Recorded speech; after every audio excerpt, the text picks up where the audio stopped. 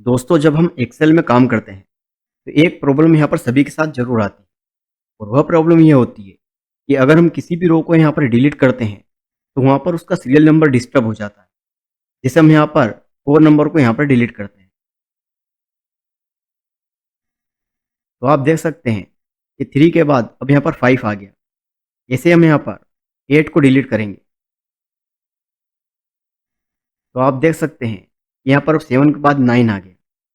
तो दोस्तों, आखिरकार ऐसा कौन सा तरीका है या ऐसा कौन सा फार्मूला है जिसे अप्लाई कर देने के बाद हम जब भी किसी रो को डिलीट करें तो उसका सीरियल नंबर हमारा डिस्टर्ब ना हो और ऑटोमेटिकली वह सेट हो जाए। तो दोस्तों, आज के हमारे इस वीडियो में हम इसी को यहाँ पर सीखने वाले हैं।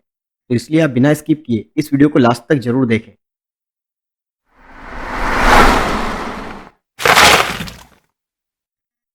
इसके लिए दोस्तों, हम यहाँ पर एक फार्मूले का यूज़ करेंगे और हमारा वह फार्मूला हम यहाँ पर इसके फर्स्ट वाले सीरियल नंबर पर लगाएंगे। इसके लिए हम यहाँ पर क्लिक करेंगे और यहाँ पर हम एक फार्मूला अप्लाई करेंगे।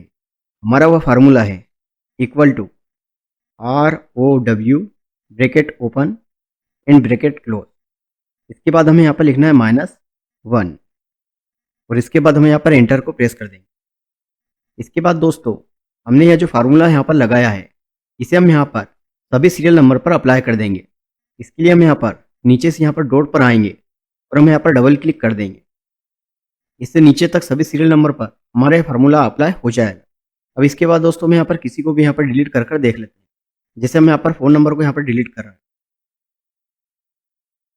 तो आप यहाँ पर देख सकते हैं यहाँ पर हमारा फ़ोन नंबर वाली रो यहाँ पर डिलीट हो गई थी, लेकिन जैसे ही यहाँ पर ऊपर वाली रो आई तो उसने उसकी प्लेस ले ली, लेकिन वहाँ पर हमारा सीरियल नंबर ऑटोमेटिकली 4 पर सेट हो गया।